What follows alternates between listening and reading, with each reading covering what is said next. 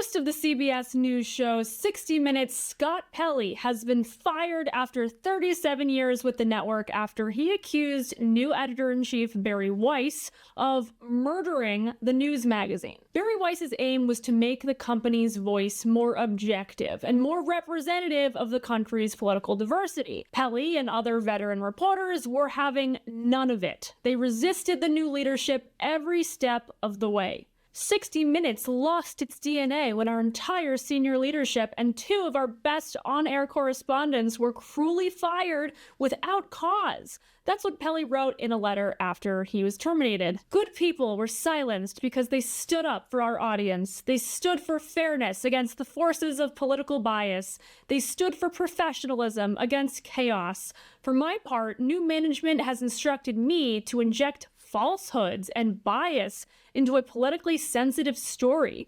I've been told to include assertions that are unverified. That's a pretty bold claim for Pelley to say, but he provided no evidence of that. You'd think from Pelley's screed that Bari Weiss is actively turning a once respected news institution into right-wing propaganda. But Weiss is a self-identified left-leaning centrist whose stated goal is to serve the forgotten majority of Americans who are neither part of an America-loathing far left nor a history-erasing far right, and have been ill-served by CBS and other legacy networks to date. Weiss said she wants to govern the network under 10 core journalistic values, including holding both American political parties to equal scrutiny and a promise to report on the world as it actually is. During the peak of the culture war, Pelley told mothers who were fighting against pornography in school libraries and curricula that they were crazy and manufacturing a crisis. You're being evasive. 21% of Hispanic students are reading on grade level. You're being evasive. What ideology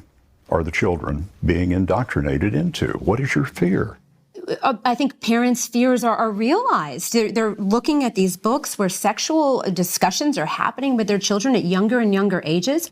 Tiffany Justice read from sexually explicit books written for older teens, but found in a few lower schools. Most people wouldn't want them in a lower school.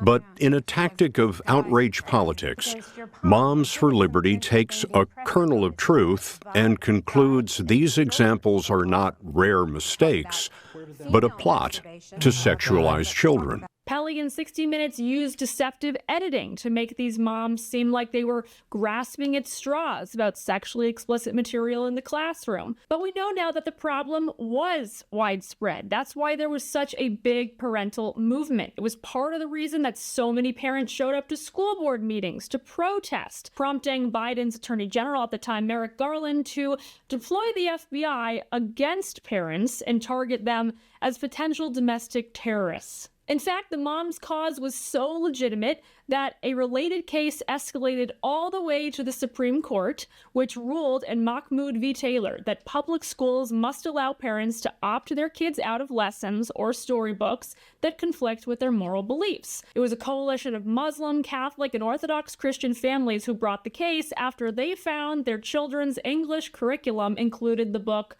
Pride Puppy and Born Ready, a story about a transgender identifying boy. Pretty clear peddling of gender ideology and sexual matters to kids. But not only did Scott Pelley gaslight those parents on his show, he helped prop up Biden's failures by giving him softball interviews repeatedly. In 2022, inflation was soaring at a 40-year high, so much worse than we have right now under Trump. Pelley barely touched on the issue, and he didn't fact-check this insane claim from Biden. By the way, we've also reduced the debt. We reduced the deficit by $350 billion my first year. This year, it's going to be over $1.5 trillion reduce the debt. So to continue to put people in a position to be able to make a decent living and grow. And Pelley was complicit in the media cover-up of Biden's cognitive decline, lying to the public's face about the president's obvious deterioration. Late Thursday, we met President Biden at the White House. It had been a rough week, and we could see it on him. Mr. Biden will be 81 next month, and he has said that when he's tired, his lifelong stutter can creep back in. Pelley was one of those people who felt that the legacy press had to be moral stewards and gatekeepers. It was just so self-important. His bias against conservatives and against Trump was readily apparent. It has been a busy day for presidential statements divorced from reality. Well, the president's real troubles, again today, were not with the media, but with the facts. This comes after a rough start to his presidency, a weekend of tweeting tantrums and falsehoods from the president and his spokesman. And today, the president made a claim about the size of his electoral victory, a claim that wasn't remotely true. Some of the problems Mr. Trump promised to solve last night don't actually exist. Since his inauguration, Mr. Trump has continually stamped rumors with the seal of the president. His boasting and tendency to believe conspiracy theories have led to a deficit of credibility.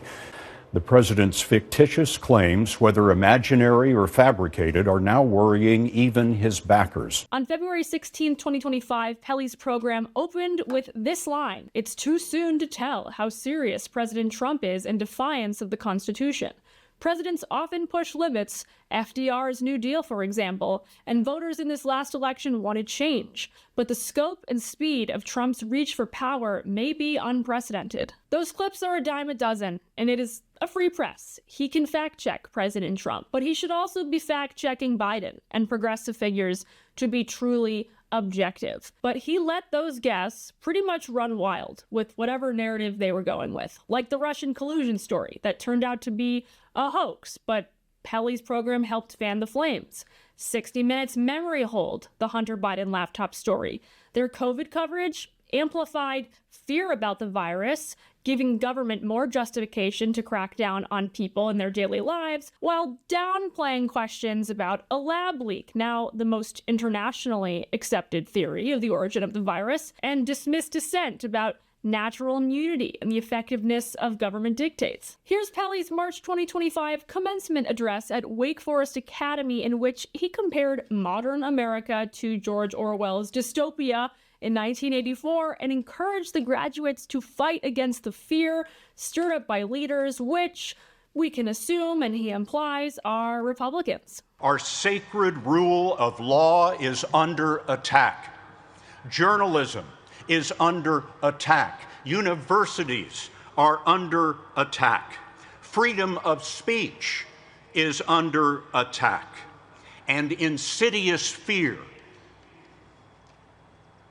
is reaching through our schools, our businesses, our homes, and into our private thoughts. Is he auditioning for a Shakespeare play? I mean, the drama and theatrics off the charts. But that's consistent. Pelley had developed a reputation for being a bit of a serial fabulist. He told the New York Times, "I have been in combat in Afghanistan. I have been in combat in Iraq." But the thing is, being in a combat zone as a journalist is not actually the same thing as fighting in the conflict with soldiers. And again, Pelley applied a double standard to Democrats. He did not have a critical tone when reporting on President Biden as he did with Trump. After October 7th, the worst attack against the Jewish people in Israel since the Holocaust, which Biden's kowtowing to the Iranian regime directly enabled, Pelley sat down with Biden and opened his program with the sappiest introduction for him. Rarely does a president confront so much peril: